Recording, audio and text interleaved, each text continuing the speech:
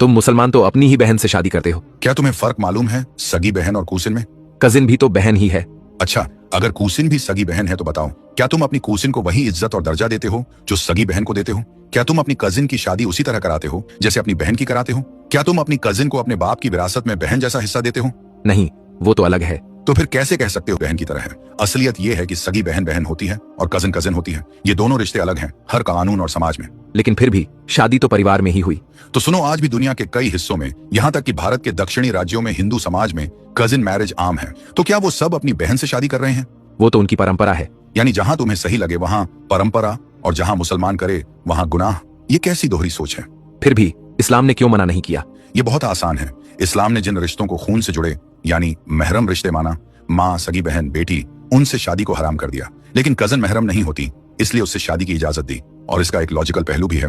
Cousin के बारे में तुम्हें सब मालूम होता है, उसका परिवार, उसका चरित्र, उसका स्वभाव, सब तुम्हारे सामने है। इसलिए शादी के बाद धोखा खाने या छुपी हुई बुराई मिलने की संभावना बहुत कम होती है। यानी ये रिलेशन सुरक्षित और भरोसेमंद मानी जाती है। लेकिन बाकी लोग तो बाहर शादी करते हैं। सही कहा, लेकिन इस्लाम ने बाहर शादी से मना भी नहीं किया। चॉइस दोनों रखी, चाहो बाहर शादी करो, चाहो कजन से, कोई मजबूरी नहीं, बस एक ऑप्शन है। मतलब साफ, जहां इंसानियत और रिश्ते का नुकसान हो वहां रोक लगा दी, और जहां नुकसान नहीं था वहां इजाजत दी। बल्कि इसके बहुत सारे फायदे हैं। तुम्हें उसके बारे में मालूम होता है कि वो कैसी है, और वो तुम्हारे घर आएगी तो तुम्हारे माँ तुम्हारे बाप को दूसरे लड़की की तरह ट्रीट नहीं करती, बल्कि उसको अपना समझकर और ज्यादा इज्जत देती है। और इससे फैमिली के रिश्ते मजबूत होते हैं और भी बहुत सारे फायदे होते हैं। लेकिन मेडिकली तो नुकसान है ना?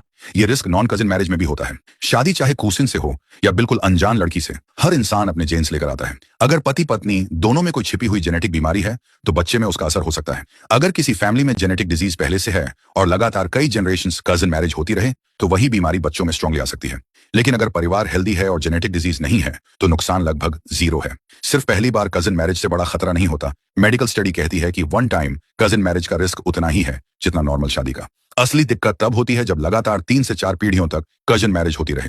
दुनिया में अरबों लोग कजन मैरिज करते हैं। अरब देशों, पाकिस्तान, बांग्लादेश, अफ्रीका और यहां तक कि भारत के कुछ हिस्सों दक्षिण भारत में भी कजिन मैरिज बहुत आम है। वहां अरबों हेल्दी बच्चे पैदा हुए हैं। अगर ये मेडिकली हमेशा गलत होता तो इतनी बड़ी आबादी सर्वाइव ही नहीं कर पाती।